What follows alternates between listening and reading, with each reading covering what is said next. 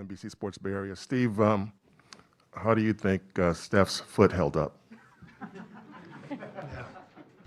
Yeah, I think he was really laboring out there. He really struggled. No, he never even looked like it was a factor. So. What do you think of his performance? Just stunning. You know, the physicality out there is, pretty dramatic. I mean, Boston's got obviously best defense in the league, huge and powerful at every position, and for Steph to take the that kind of pressure all game long, and then still be able to defend at the other end when they're coming at him. It shows you. I think this is the strongest physically that he's ever been in his career, and it's allowing him to do what he's doing. Continue on to Kendra. Kendra Andrews, ESPN. Stefan was, very emotional and very outwardly just showing lots of emotion. When he is displaying that kind of feeling throughout the entire game, just what can you tell about the way that he's feeling in the game when he does that, or do you think that kind of just injects the rest of your team with some other kind of juice? Well, everybody was emotional tonight. I mean, we, down 2-1, we had to come out with some desperation, more physicality than we showed in Game 3.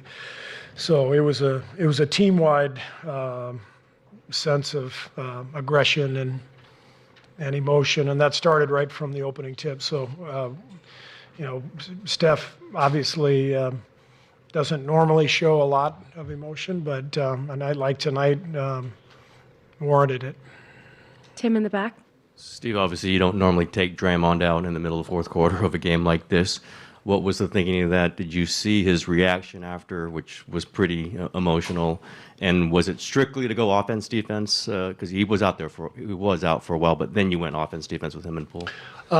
Yeah, so we took him out and put Loon in, I think around the 8-minute mark, maybe 7:40, and which was our plan anyway. But Loon was playing so well, and Jordan Poole was playing so well, so we just stayed with the group. We generally do that. I mean, like most coaches, if you've got a group that's going well, you just stay with it, and then. The last few minutes, we just went to kind of an offense-defense pattern with Draymond and Jordan alternating. Anthony on the right. Yeah, Anthony Slater, The Athletic. Wiggins plays 44 minutes. I think he gets 16 rebounds. Just how big was he tonight?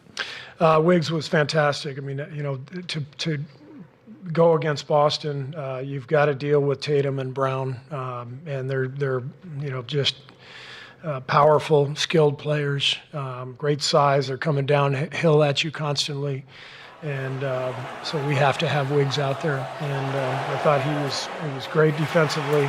Obviously 16 rebounds, career high, and plus 20 on the night. So, we needed every bit of Wiggs' contributions.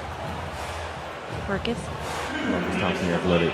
Steve, how you've stuck to your guns for years now about keeping Steph's minutes down and not playing him a lot. How much gangster did you have to summon to sit him to start the fourth quarter? Yeah, he was not happy, but I felt pretty good about where we were. The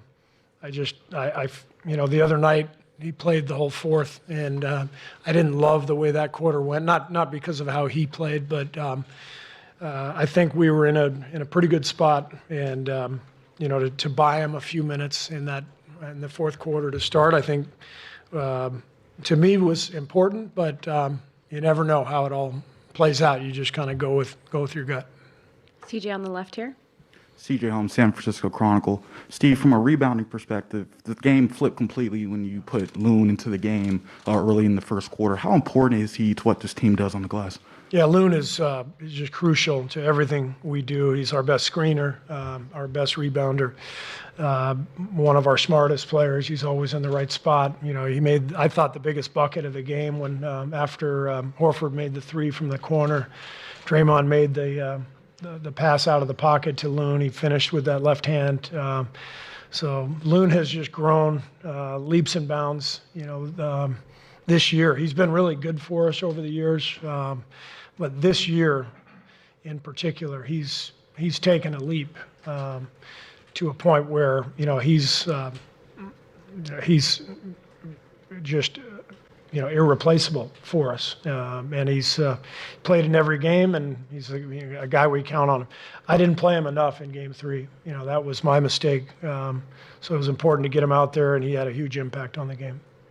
Malika on the left. Hey, Steve, for 26 consecutive series dating back to 2013, predating you, the Warriors have found a way to win on the road in every single series. What is it about this group, the resolve, the constants that allow that to happen? Well, you have a group of guys who are going to be in the Hall of Fame someday. Steph, Clay, Draymond. These guys are the constant. They've been here together throughout that span. So they're not only gifted, but they're incredibly competitive, and that's what it takes to win on the road. You have to summon that kind of will and intensity and passion, and those guys have that. Question in the back. Hello, hi, Tal Ben Ezra Hart, a newspaper from Israel. What will be your main focus heading to Game 5? Well, I think the whole focus has to be our energy and our force. It was obvious tonight how much more alert we were, how much more force we played with, and they completely outplayed us in Game 3 from that standpoint. Series is now 2-2. I would expect both teams to bring every ounce of energy and emotion the rest of the way.